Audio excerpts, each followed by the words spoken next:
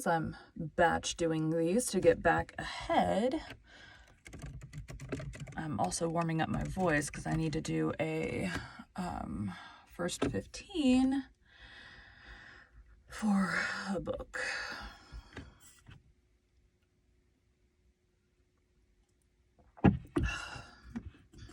When I finished a book, so I couldn't record for 4 days. But what I did do is I had started a book and I finished it. These are all for narrating. I had started a book before the foundation repairs, and then I finished it on Monday, I think, so the first day. And then the next book that I have to read is an epic, so it's like 100,000 words, and I'm like more than halfway through now, but it's time consuming. Like 100,000 words is a lot of words. So most of my books, like 60,000 maybe. Like a lot of the books that I do are around like 6 to 7 hours. Occasionally they're longer. These epic ones are like 12-ish hours. Chapter 28, A June Evening. I wonder what it would be like to live in a world where it was always June, said Anne, as she came through the spice and bloom of the twilit orchard to the front door steps, where Marilla and Mrs. Rachel were sitting, talking over Mrs. Sampson Coates' funeral, which they had attended that day. Dora sat between them, diligently studying her lessons, but Davy was sitting tailor fashion on the grass, looking as gloomy and depressed as his single dimple would let him. You'd get tired of it, said Marilla with a sigh.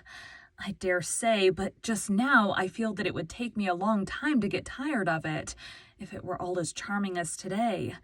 Everything was weird. Today, everything loves June. Davy boy, why this melancholy November face in blossom time? I'm just sick and tired of living, said the youthful pessimist. All 10 years? Dear me, how sad. Excuse me. Didn't you find...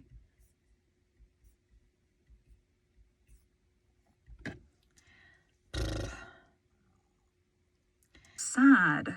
I'm not making fun, said Davy with dignity. I'm discouraged, bringing out the big word with a valiant effort. Why and wherefore? Asked Anne, sitting down beside him. 'Cause the new teacher that come when Mr. Holmes got sick give me 10 sums to do for Monday. It'll take me all day tomorrow to do them. It isn't fair to have to work Saturdays. Milty Boulter said he wouldn't do them, but Marilla says I've got to. I don't like Miss Carson a bit. Don't talk like that about your teacher, Davy Keith.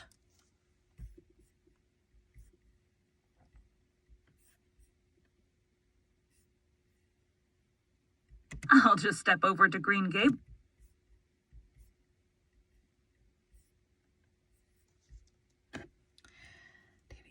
Davy Keith, said Mrs. Rachel severely. Miss Carson is a very fine girl. There's no nonsense about her. That doesn't sound very attractive, laughed Anne.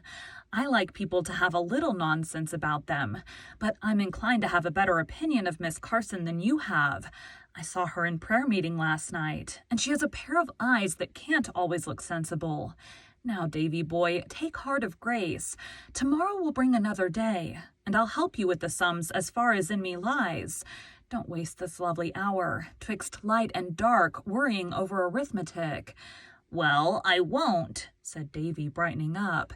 If you help me with the sums, I'll have 'em done in time to go fishing with Milty. I wish old Aunt Atassa's funeral was tomorrow instead of today. I wanted to go do it 'cause Milty said his mother said Aunt Atassa would be sure to rise up in her coffin and say sarcastic things to the folks that come to see her buried. But Marilla said she didn't. Poor Adassa laid in her coffin peacefully enough, said Mrs. Lynde solemnly. I never saw her look so pleasant before, that's what. Well, there weren't many tears shed over her, poor soul. That's what. Well, there weren't many tears shed over her poor old soul. The Elisha Wrights are thankful to be rid of her, and I can't say I blame them a mite. It seems to me a most dreadful thing to go out of the world and not leave one person behind you who is sorry you are gone, said Anne, shuddering. Nobody except her parents ever loved poor Atossa. That's certain. Not even her husband, averred Mrs. Lynde. Her husband, averred Mrs. Lynde. She was his fourth wife. He'd sort of got into the habit of marrying. He only lived a few years after he married her. The doctor said he died of dyspepsia, but I shall always maintain that he died of Atossa's tongue, that's what.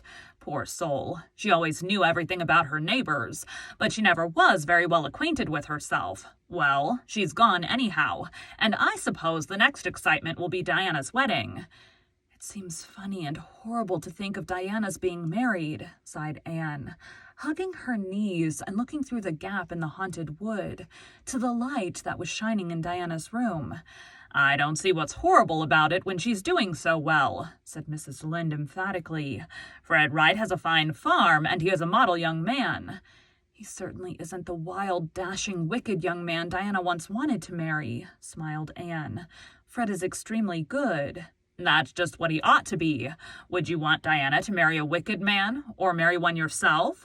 Oh, no, I wouldn't want to marry anybody who was wicked, but I think I'd like it if he could be wicked and wouldn't. Now, Fred is hopelessly good. You'll have more sense someday, I hope, said Marilla. Marilla spoke rather bitterly. She was grievously disappointed. She knew Anne had refused Gilbert Blythe. Avonlea gossip buzzed over the fact, which leaked out, nobody knew how. Perhaps Charlie Sloane had guessed and told his guesses for truth. Perhaps Diana had betrayed it to Fred and Fred had been indiscreet. At all events, it was known. Mrs. Blythe no longer asked Anne, in public or private, if she had heard from Gilbert, but passed her by with a frosty bow. Anne, who had always liked Gilbert's merry, young-hearted mother, was grieved in secret over this. Marilla said nothing, but Mrs. Lynde gave Anne many exasperated digs about it, until fresh gossip reached that worthy lady, through the medium of Moody Spurgeon Macpherson's mother, that Anne had another beau at college, who was rich and handsome and good all in one. After that, Mrs. Rachel held her tongue, though she still wished in her inmost heart that Anne had accepted Gilbert. Riches were all very well, but even Mrs. Rachel, practical soul though she was, did not consider them the one essential. If Anne liked the handsome unknown better than Gilbert, there was nothing more to be said. But Mrs. Rachel was dreadfully afraid that Anne was going to make the mistake of marrying for money. Marilla knew Anne too well to fear this, but she felt that something in the universal scheme of things had gone sadly awry. What is to be... What is to be will be, said Mrs. Rachel gloomily, and what isn't to be happens sometimes. I can't help believing it's going to happen in Anne's case, if Providence doesn't interfere. That's what. Mrs. Rachel sighed. She was afraid Providence wouldn't interfere, and she didn't dare to. Anne had wandered down to the Dryad's Bubble and was curled up among the ferns at the root of the big white birch, where she and Gilbert had sat often... White birch, where she and Gilbert had so often sat in summers gone by. He had gone into the newspaper office again when college closed, and Avonlea seemed very dull without him. He never wrote to her, and Anne missed the letters that never came. To be sure, Roy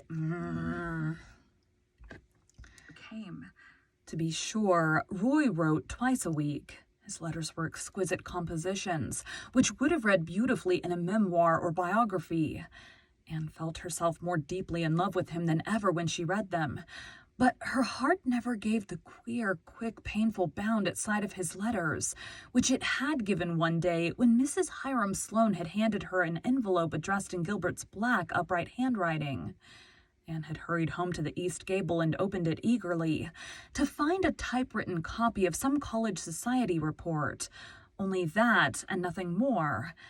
Anne flung the harmless screed across her room and sat down to write an especially nice epistle to Roy. Diana was to be married in 5 more days. The gray house at Orchard Slope was in a turmoil of baking and brewing and boiling and stewing, for there was to be a big, old-timey wedding. Anne, of course, was to be bridesmaid, as had been arranged when they were 12 years old, and Gilbert was coming from Kingsport to be best man. Anne was enjoying the excitement of the various preparations, but under it all, she carried a little heartache.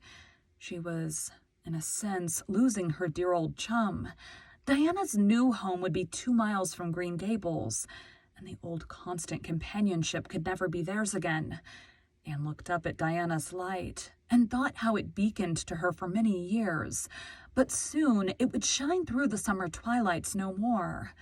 2 big, painful tears welled up in her gray eyes.